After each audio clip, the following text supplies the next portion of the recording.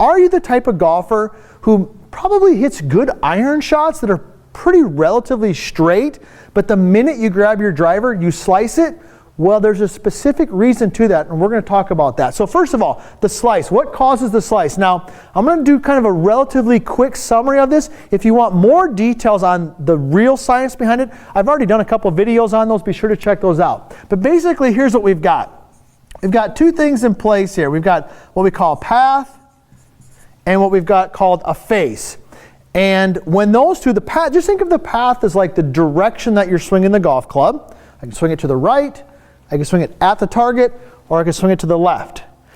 And then of course we have a club face. The face could be pointed to the right, it could be pointed at the target, or it could be pointed to the left of the target. Now, what's important here is the combination of the two.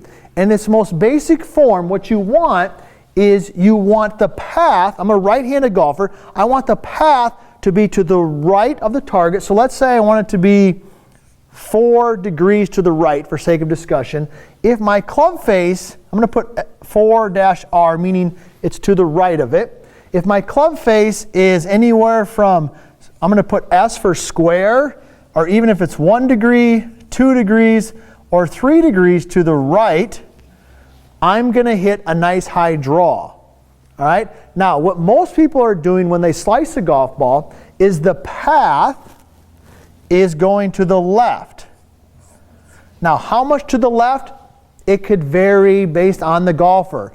But typically, most golfers that I see, not every single one, but most of them are swinging the club to the left. So what I want you to take away from just this little description here is, in order to draw the golf ball with the driver, we're going to talk about in a second why that's more difficult with the driver versus with an iron, but we've got to get swinging the club to the right of the target if you're a right-handed golfer. Otherwise, it's very, very difficult, if almost impossible, to hit a nice high draw. Now, that's kind of the reason of what I'm going to call the slice.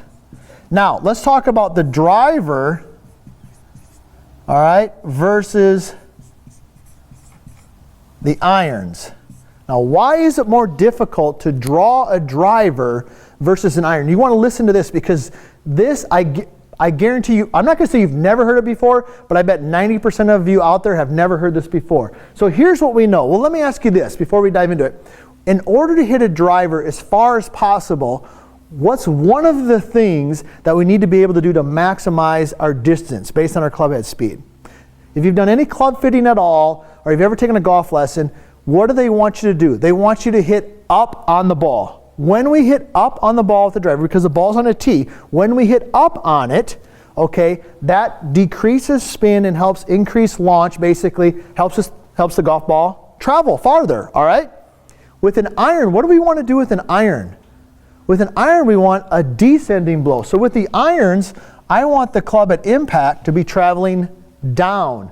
With an iron, I want it to be, with a driver, I want it going up. With an iron, I want the club going down at the moment of impact. So right there, that is huge right there. If you only remember one thing from this video, I want you to remember this right here. Because, and why this is important, is because you could make the exact same swing.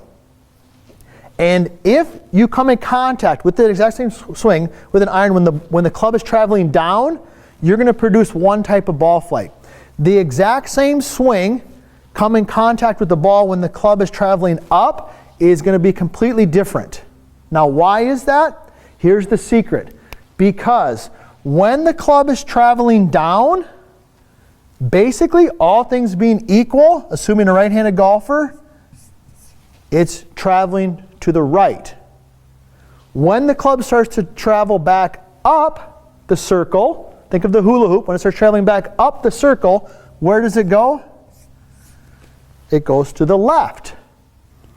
All right? Now, some of my golf instructors out there, they might, I know that's very basic in broad terms, and there's some other details in there, but this isn't for the golf instructors. This is for you, the amateur golfer, who wants to figure out, why am I slicing my driver? Okay? So, here's what you want to know. Number one is that in order to draw the golf ball with my driver, I've got to be swinging it to the right, generally speaking.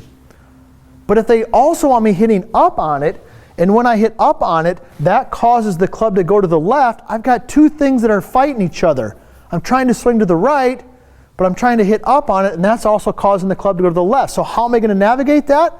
Well, we're going to show you that right now with these 3 keys. These 3 keys are going to help navigate that, allow you to still swing up so you maximize your distance, but also help you swing to the right. All right, so let's talk about that. So hopefully, I don't know if you've agreed with that or disagree with anything I've said so far. It's a pretty deep dive right there, but leave a comment. Maybe you learned something that I don't know, and we can share from each other a little bit there. And be sure to subscribe to the channel. All right, so aim. So here's the simplest thing that you can do to help you start drawing your driver. Think of the hula hoop. All right, if I take that hula hoop and I just simply aim it to the right, what happens? Well, the club is going to naturally start swinging more to the right. If I don't even change my golf swing, all I do is I take my feet and my body and I aim them slightly to the right. What I have done in essence is I've moved my golf swing, I've moved my circle more to the right. And we already know that if I want to draw the golf ball, I've got to be swinging a little bit to the right. So that would be key number 1. I'm not saying it's impossible, but I'm saying it's very, very difficult to hit a nice high draw if you're a right-handed golfer and not aiming slightly to the right. Okay, because of what we just talked about. Because when the club starts traveling up, it starts traveling left. So I've got to bend that circle slightly to the right. Now, I'm going to say this. I'm not talking about aiming 40 yards to the right. Okay, because some people are like, well, no, we're not saying that. What I'm saying is 10 yards, 15 yards, a little bit. Just give me a little bit of rightward aim. All right, so that's tip number 1. I'm going to aim slightly to the right. That's going to help. Number 2, the next thing you're going to do is you're going to give it a little bit of a tilt, specifically in your spine. Think of like the zippers on your shirt. I'm going to tilt those back and away from the target a little bit. Now that's going to do 2 things for me. Number 1, it's going to help me hit up on it. We already know that's good. Hitting up gives me more launch, less spin, more distance. But it's also going to help swing that arc a little bit to the right also. So I'm going to take my tilt and I'm just going to move it with my driver a little bit away from the target. And when I do that, that's going to help me also swing the club a little bit to the right. So those are the first 2 keys that we're going to do, aim and tilt. Now, the next one is more of a swing tip. And I wish I could give you some real big scientific reason why this works, other than after 25 years of teaching golf, you're going to just have to trust me. It just works, all right? And that is that when you finish your swing, I want you to have a nice high handle, all right? So I want the handle to be nice and high and up. And I also like to see it a little bit to the right. So when you finish your swing, the handle is going to be nice and high and it's going to be up and to the right. Now, why is that going to help? Because in essence, it's going to move that arc, it's going to move your swing, tilt it slightly to the right because your hands are working high and to the right, and it's going to help you hit that nice high draw. So if we aim to the right a little bit, if we get a little bit of tilt, and if when we finish our swings, the handle's nice and high, all of those things are going to help us swing up and negate some of this leftward movement by swinging up, and it's going to help you hit a nice high draw. Now, once you're hitting the nice high draw, we might as well hit it more down the fairway, right? Hit it further down the fairway. So how can we do that? Well, this is one of my favorite drills to do right here. I like to call it the transfer drill, because transferring energy into the back of the ball is a key component to adding more speed, adding more distance. So what you're going to do, pretty simple. You're going to tee the ball up. You're going to get set in there. All right? Now, real quick, I hadn't even planned on talking about this, but I'm going to add it in here because we're diving deep. Ball position, we haven't even talked about that a little bit. And that's a key thing right there. I hadn't planned on talking about this. My video edit guy is probably going to be driving him crazy right now with this, but we're going to add it in here because it's important. Ball position should be basically off the inside of your lead foot. Okay, so like the inside of your lead heel, inside of your kind of the left toe. If you're a right-handed golfer, get the ball forward a little bit.